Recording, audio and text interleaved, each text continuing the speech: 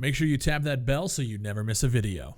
Alright, what's going on, ladies and gentlemen? Welcome back to the channel. I know you guys have been asking about the Spec Ops and what I thought about it. They just dropped the trailer here a couple of days ago, and yet again it feels like there's a lot of confusion with what this Spec Ops mode is. We see in the trailer this point here where it says 4-player co-op on a massive scale. I had people coming through and asking me what I thought about the open world of Spec Ops, so it seems like a lot of people are just a little bit confused on what this Spec Ops mode actually is. On top of the fact that people were already confused about the survival mode being exclusive to PlayStation.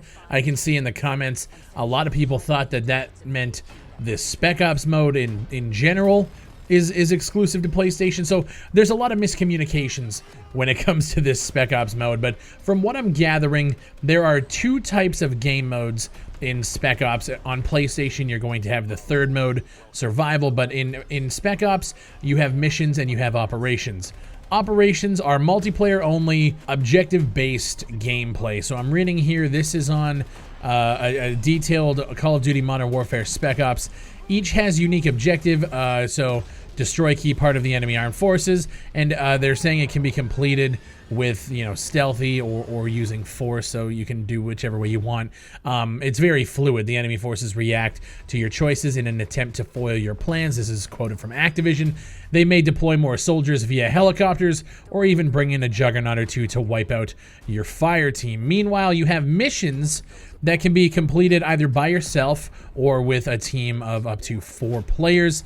So missions are more focused on either using different weapons or different tools, and it's more hyper-focused on basically completing challenges using whatever it is that they want you to use. They have a star rating based on your performance, which, I mean, we have seen plenty of times before, and apparently this stuff can be played in crossplay. And then, of course, for the PlayStation crowd, you also have the survival mode, which is essentially a wave-based, it's essentially Horde from Gears. It's wave-based survival. It's not really something I'm interested in myself. I am going to be playing this on PlayStation, and yeah, I'm kind of excited for it. It looks really good. The trailer gets me hyped.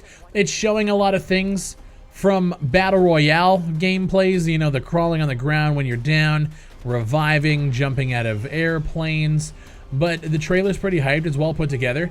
When they're going through the plane, it feels like I'm looking at Mile High Club. If you guys remember doing that shit on Veteran back in the day, it was intense as hell, and it's looking like that's going to be one of the missions here again. And according to the PlayStation blog, operations, you're going to have 4 multi-staged operations with more scheduled to release post-launch, and apparently you're going to be able to carry over all your operators, loadouts, and progress made in multiplayer, so it's part of that shared universe. And at the end of this PlayStation article, the last line here, completing Special Ops content will unlock rewards including new items and equipment that can be utilized in both multiplayer and Special Ops modes. This is a little interesting because this article pits the survival mode as unrelated to Special Ops operations and missions, but then at the end of it says completing Spec Ops content will basically unlock new items and equipment that can be used in both multiplayer and other Spec Ops modes. So is there going to be equipment that is exclusively unlocked by completing survival mode content? That's where the problem is going to lie for me. Up until this point, I don't care about survival mode. I'm not a big wave survival guy.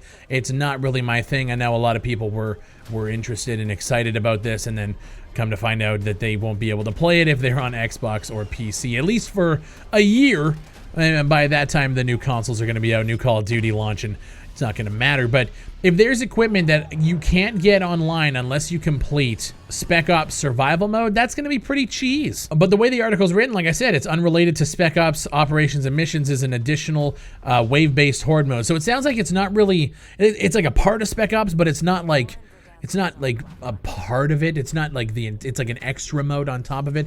If that's the case, fair enough. I don't care. But if I find out that I can't get a certain weapon or a grenade or whatever the case unless I complete survival mode, I'll be less than impressed. But overall, this not open world, but this more expansive Spec Ops universe is actually really exciting to me. This multi-stage operations is definitely something that I'm going to be doing.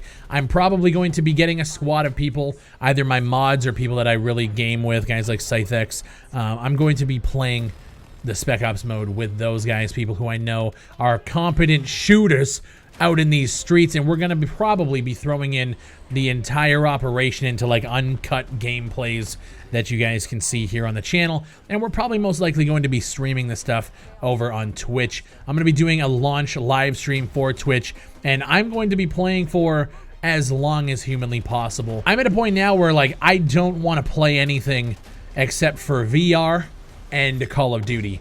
I played World War III today. There's going to be a video coming out on the weekend about World War III and their new 0.7 update. I also have some more Onward gameplay to show you guys, as well as some more VR stuff next week.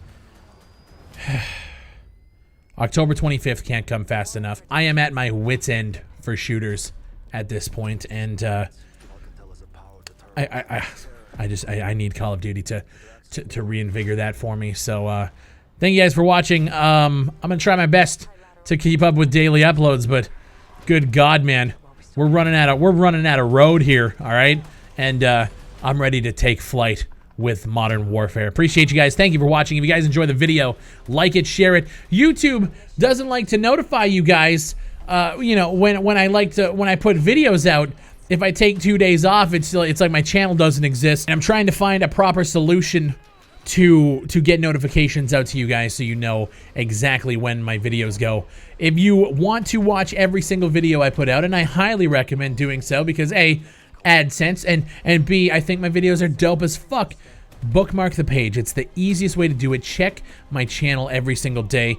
I put out a VR video yesterday that I was super excited about, and YouTube, in its infinite wisdom, didn't even bother throwing the video out into notifications. Some of you guys did get notified, but from what I can see, most of my channel did not get notified until literally 24 hours later. And when it comes to sponsored content, especially like those guys, they sent me a VR headset.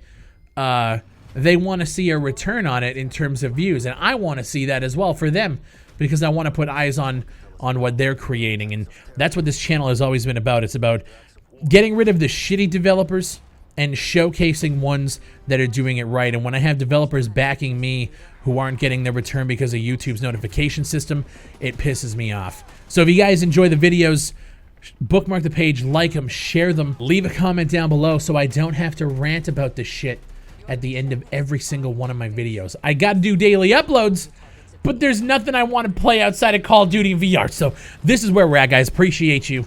Thank you for listening to me ramble, and I'll see you on the next one.